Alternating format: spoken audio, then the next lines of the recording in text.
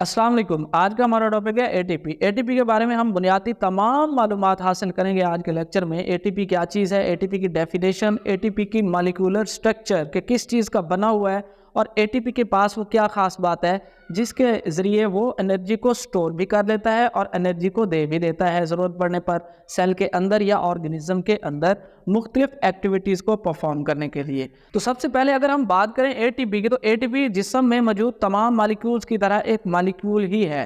ये कोई और अलग चीज़ नहीं है, ये एक मॉलिक्यूल है जो जानदारों के अजसाम में पाया जाता है। लेकिन इस मॉलिक्यूल के पास क्या ख़ास बात होती है उसके बारे में हम जानेंगे। क्या चीज़ होती है जिसके ज़रिए ये अपने अंदर एनर्जी स्टोर भी कर लेता है और जब ज़रूरत पड़ती है जानदार के सेल्स को, जानदार के अंदर होने वाली एक्टिविटीज़ को, ये अपने अंदर से एनर्जी को रिलीज़ भी करता है और एनर्जी प्रोवाइड भी कर देता है। इसके बारे में पढ़ेंगे। सबसे पहले हम बात करते हैं एटीपी। एटीपी क्या है? एटीपी एक मॉलिक्यूल है जो कि न्यूक्लियोटाइड का बना हुआ होता है। न्यूक्लियोटाइड भी एक मॉलिक्यूल है। देखिए, हमने जब 8 क्लास में डीएनए को पढ़ा था तो डीएनए की कंपोजिशन को हमने देखा था कि न्यूक्लियोटाइड का बना हुआ एक स्ट्रैंड है, धागेनुमा स्ट्रक्चर है। तो न्यूक्लियोटाइड वो मोती होते हैं जो आपस में ऐसे जुड़ते हैं तो डीएनए बनता है। वैसे ही न्यूक्लियोटाइड से हम एटीपी भी बनाते हैं, लेकिन एक फ़र्क होता है, उसके बारे में हम बात करेंगे। देखें, पहले बात करते हैं न्यूक्लियोटाइड की।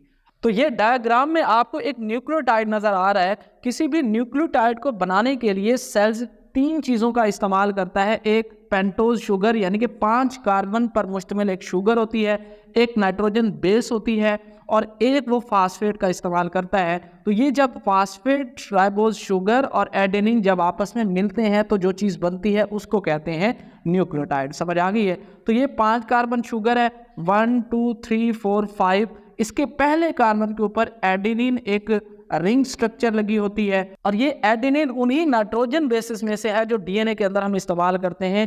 एडेनिन, गुआनिन, साइटोसिन, थायामीन, उनमें से ये डबल रिंग स्ट्रक्चर होती है जो कि एडेनिन है। हम एडेनिन और राइबोज को इकट्ठा मिलाकर हम कहते हैं एडिनोसिन। समझ आ गई है? जब एडेनिन की जगह यहाँ पर अगर गुआनिन होता तो ग्वानोसिन कहलाता, यानी कि राइबोज और गुआनिन को मिलाकर ग्वानोसिन कहते। अब इस एडिनोसिन के साथ ये एक मॉलिक्यूल है जिसको हम कहते हैं न्यूक्लियोसाइड है। आप न्यूक्लियोसाइड के बारे में पढ़ेंगे फर्स्ट ईयर में जाकर।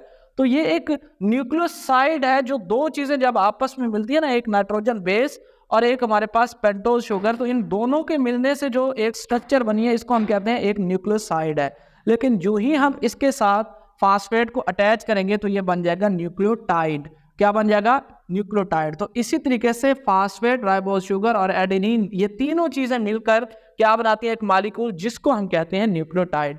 और ये ऐसा न्यूक्लियोटाइड होता है एटीपी जिसके पास 1 2 3 फास्फेट होते हैं, यानी कि ट्राई फास्फेट वाला एक एडिनोसिन होता है। यानी कि एडिनोसिन इन 2 चीजों से मिलकर बना और इसके पास 3 फास्फेट है, एडिनोसिन ट्राईफास्फेट ये कहलाता है। तो एटीपी यहाँ पर एक एडिनोसिन ट्राईफास्फेट मॉलिक्यूल्स है। देखिए, एटीपी जो है इसको सेल यूज करता है एनर्जी करेंसी के तौर पर। जैसे हमारे पास हमें कोई भी काम करना हो, कोई चीज़ खरीदनी हो या कोई वर्कर लगाने हो, तो हमारे पास करेंसी होती है पैसों की शक्ल में जो हम बैंक में इकट्ठा रखते हैं। जो ज़रूरत से ज़्यादा हो जाए तो हम उसको बैंक में इकट्ठा करके रख लेते हैं, जब ज़रूरत पड़ती है तो वहाँ से ले लेते हैं। बॉडी भी जब खाना हम खाते हैं तो खाने की ऑक्सीडेशन होती है। ऑक्सीडेशन रिडक्शन रिएक्शंस क्या होते हैं? इंट्रोडक्शन टू बायोएनर्जेटिक लेक्चर नंबर 1 में हमने बात की थी इसके बारे में कि जब हम किसी चीज़ को ऑक्सीडाइज करते हैं तो वो इलेक्ट्रॉन देती है, इलेक्ट्रॉन रिलीज करती है और इस दौरान एनर्जी खारिज होती है और उस एनर्जी को या तो हम एक्टिविटीज़ के लिए इस्तेमाल कर लेते हैं या फिर हम उस एनर्जी को स्टोर कर लेते हैं फॉर द फ्यूचर यूज़।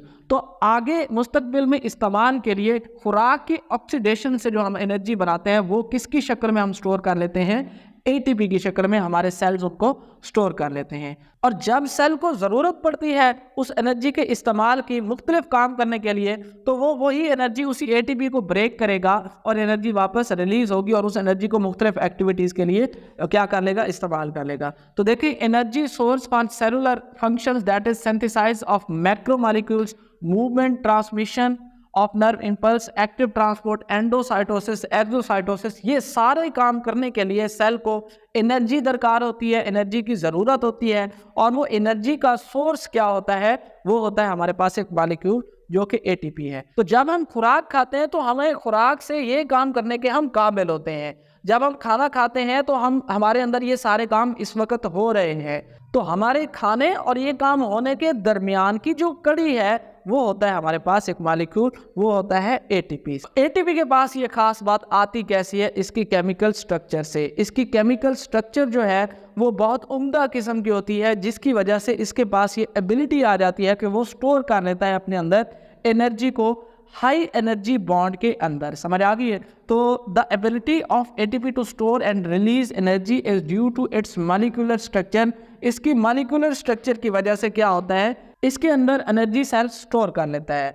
अब यहाँ पर हम देखें तो इस राइबोज शुगर के 5वें कार्बन के ऊपर एक फास्फेट अटैच है। अब इस एक फास्फेट को मिला के और इस राइबोज शुगर और एडेनिन को मिला के हम कहते हैं कि ये एडिनोसिन मोनोफास्फेट है, यानी कि AMP है। जब आप मज़ीद खाना खाते हैं और उससे फूड स्टफ की ऑक्सीडेशन होती है तो वहाँ पर फिर मज़ीद एनर्जी रिलीज़ होती है, और जो एनर्जी रिलीज़ होती है हम इस AMP में डाल देते हैं और साथ ही साथ एक इनऑर्गेनिक फास्फेट ऐड कर देते हैं। क्या ऐड कर देते हैं? इनऑर्गेनिक फास्फेट ऐड कर देते हैं। ऐसा फास्फेट जो किसी कार्बन वाले मॉलिक्यूल के साथ नहीं जुड़ा होता, उसको ऐड करके हम फिर AMP को मज़ीद रेड्यूस कर देते हैं और एक फास्फेट का इजाफा कर देते हैं और वो बन जाता है ADP। अब इसमें एनर्जी हमने जमा कर दी है। इस तरीके से फिर हम इसकी मज़ीद रिडक्शन करते हैं और एक फास्फेट और इसमें जमा कर देते हैं और इसके पास 3 फास्फेट हो जाते हैं, यानी कि ट्राई फास्फेट। तो ये एक ऐसा एडिनोसिन होता है जिसके पास ट्राई फास्फेट है और हाई एनर्जी सोर्स है, और ये बन जाता है ATP adenosine try phosphate molecule. अब इसके इन फास्फेट के दरमियान ये जो बॉन्ड है, ये एक हाई एनर्जी बॉन्ड है, ये एक कोवलेंट बॉन्ड है। जब ये टूटता है तो एनर्जी रिलीज होती है। देखिए, जब हमने खाना खाया तो खाने की ऑक्सीडेशन से जो एनर्जी रिलीज हुई, इनऑर्गेनिक फास्फेट को भी ऐड कर दिया और खाने से जो एनर्जी रिलीज हुई उसको भी इसमें ऐड कर दिया, ये बॉन्ड बनाने के लिए। यानी कि कुछ एनर्जी लगती है ये बॉन्ड को बनाने के लिए। फिर जब ये बॉन्ड टूटता है तो वो एनर्जी वापस रिलीज होती है ज़रूरत के वक्त। कैसे होता है आओ समझते हैं। देखें, covalent bond connecting to phosphate indicated by tilde.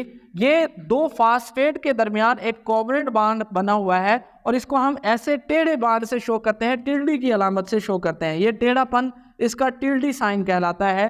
ये एक हाई एनर्जी बॉन्ड है। कब बनता है ये? जब हमने खाना खाया तो ये बन गया, ये फास्फेट बॉन्ड बन गया और 3 फास्फेट हमने उस एडिनोसिन के ऊपर डाल दिया तो वो बन गया ATP।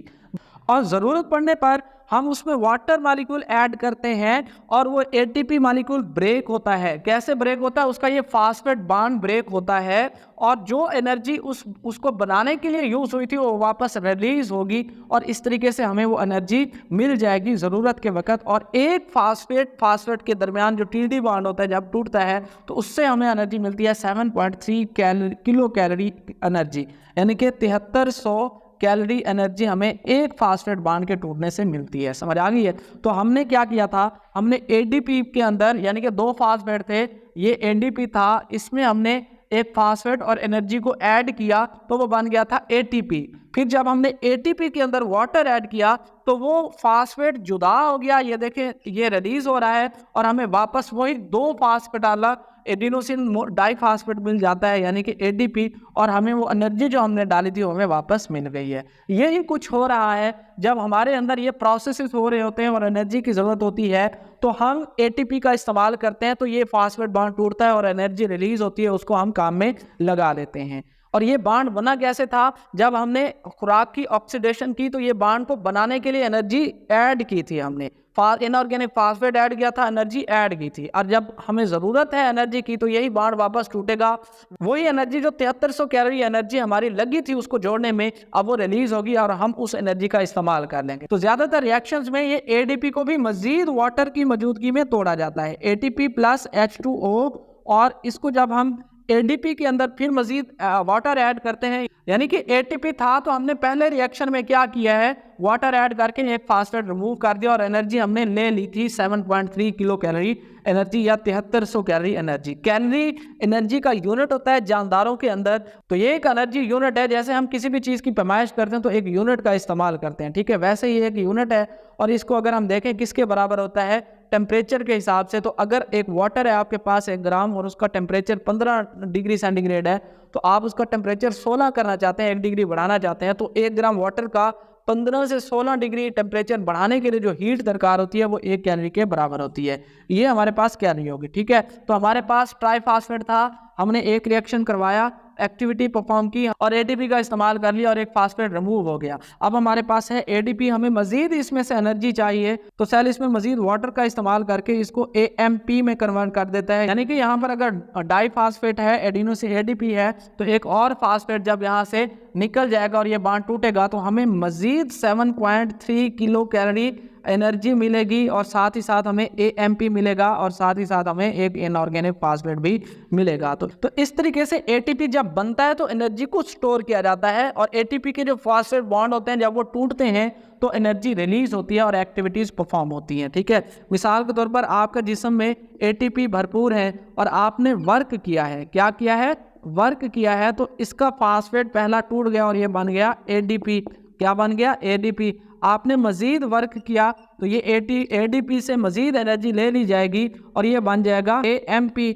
और एएमपी जब बन जाता है तो आप मजीद फिर फूड खाते हैं, फूड स्टफ होता है, फूड स्टफ यानी कि खाना खाने से फिर क्या होता है, हमारी बॉडी उस एएमपी को रिसाइकल करेगी, किसकी शक्ल में, एटीपी की शक्ल में। मजीद उस एएमपी में एनर्जी फिर दाखिल होगी, इनऑर्गेनिक फास्फेट दाखिल होगा, फिर वापस ये बॉन्ड बनेंगे, एनर्जी इसमें जमा होती चली जाएगी तो हमारे पास ये वापस बन जाएगा एटीपी। समझ आ गई है। तो ये फिर फूड खाने से, खाना खाने से हमारे एएमपी फिर कन्वर्ट हो जाते हैं एटीपी के अंदर। फिर जब ये एटीपी ज़रूरत के वक्त हमें एनर्जी चाहिए तो ये एटीपी वापस टूटेंगे और जितना हमने एनर्जी इसको प्रोवाइड की है बॉन्ड बनाने में वो टूटेगा और वापस हमें उतनी एनर्जी मिल जाएगी। तो इस तरीके से एटीपी एक कड़ी है हमारे खाने के यूज़ में और सेल्स के दरमियान, ये एक मॉलिक्यूल है। तो अगर इसकी हिस्ट्री की बात करें तो दो साइंटिस्ट हैं, एक ने इसको डिस्कवर किया था और दूसरे ने इसको प्रपोज किया था। ये साइड बॉक्स में है, ये भी आपने लाजमी करना है कि ATP was discovered in 1929 by Karl Lohmann. एक साइंटिस्ट है कार्ल लोहमन, उन्होंने इसको डिस्कवर किया था और ये टर्म प्रपोज करने वाले हैं फ्रिट्ज लिपमैन और 1941 में इन्हें इसके लिए नोबेल प्राइज भी दिया गया था। ये भी आपने सन याद करने हैं। समझ आ गई है। तो this is all about ATP introduction. इसमें किसी बात की समझ नहीं है तो सवाल पूछना है।